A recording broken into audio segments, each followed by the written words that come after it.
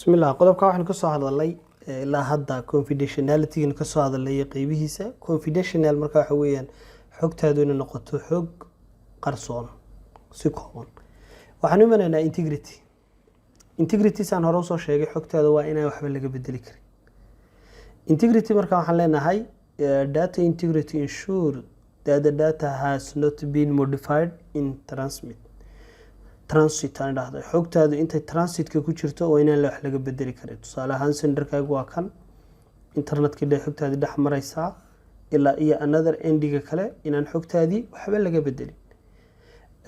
also the data integrity solution may be performed original authorized authentication to verify that the traffic is originated from the source and should be sent to traffic waa in xogtaadii noqoto mid authorized ah mid authenticated ama authentication isagoo aan xogtaadii iyada lafteedii aana cidi original ahaan gudaha u gali karin xogtaadii marka ayaan waxba laga bedelin way integrity waxa la yiraahdaa markaasi for example the integrity evaluation included the following kuwa kamida modifying the appearance of the corporate website hadii website-kaagii performance wax laga bedelo ka war appearance-kiisa muuqaal ahaan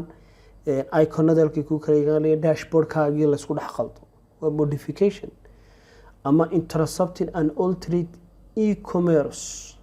transactions xogtaadii online-ka ahayd e-commerce-ka ahayd tusaale ahaan transaction-kaagii qofaad lacag u dirtay lacagtii aad u dirtay tusaale ahaan waxay ahayd $500 haddii $50,000 laga dhigo kabirin lagu daro ka war modifying financial records financial records ki ku kaydsanaa iyadana hadii wax laga bedelo ama tii electronic ku kaydsanaa hadii wax laga bedelo waa modification ka data lagu sameynayo wax la yaqaan integrity hadaba waxa jira there are two common hashing algorithms baa jira laba algorithm mid waxa loo yaqaanaa MD5 midna waxa loo yaqaanaa SHA-1 labadan ayaa ugu caansan oo data lagaga ilaaliyaa in xogtaadii aan la taaban karin xogtaadii integrity-geedii aan waxba laga bedeli karin in la create gareeyo MD5 ama message injection 5 la yiraahdaa wuxuu create gareeyaa 120 hash oo key aanu no one waxba ka bedeli karin keygaasi marka waxa weeyaan keygaasi cidi waxba ka bedeli karto session key aad u far badan oo 128 bit ah it's very complicated waxba laga bedeli karin oo iskugu jira xuruuf nambaro dot dash waxyaabaha adigu aad u taqaanid complicated passwords ka waxyaaba lagu sameeyo waa inaad alt isticmaashid tusaale ahaan symbols number inaad capital isticmaashid inaad isticmaashid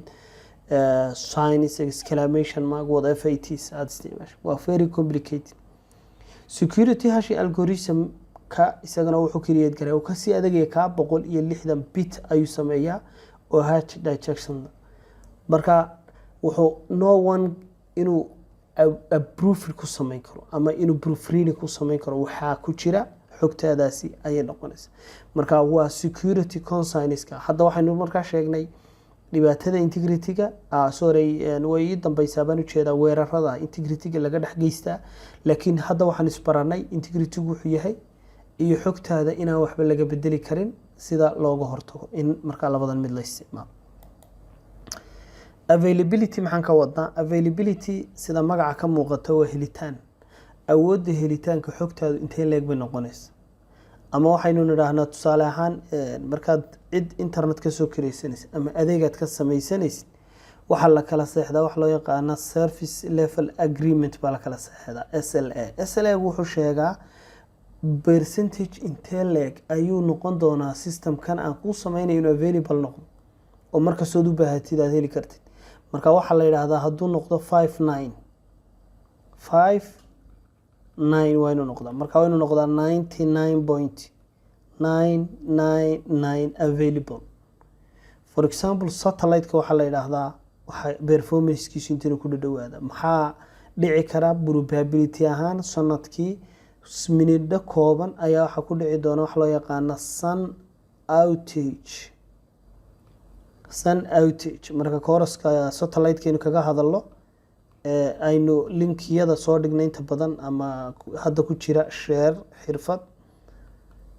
ayaad waxyaabahaas oo dhan kaga hadlaa inta badan oo send outage wuxuu sheegaa waa markay satellite-ka iyo qora iyo VSAT-kaagu ay perpendicular isku noqdaan ayuu set outage wax loo yaqaan aan markaa ku soo noqdo availability saa magaca ka muuqato waa helitaan marka waa in waxaa leenahay availability of the data is measured of the data's available accessibility in xogtaada ay noqon karto mid la access karayn karo la isticmaali karo if the service was down only 5 minutes per year haddii tusaale serverkaagaas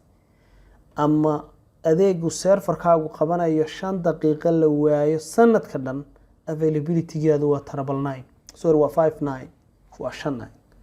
haddii uu sanadkii maqnaado ka waran 30 minutes 30 minutes waa time aad u fara badan runtii inta noqon maayo maybe wuxuu noqon doonaa 99.945 for instance ayuu noqon karaa marka inta ugu badan availability-gaagu marka waa inuu noqdaa high waa goorma marka nadwahgaaga aad uga shaqaysid ammaankiisa sidii loogu talagalay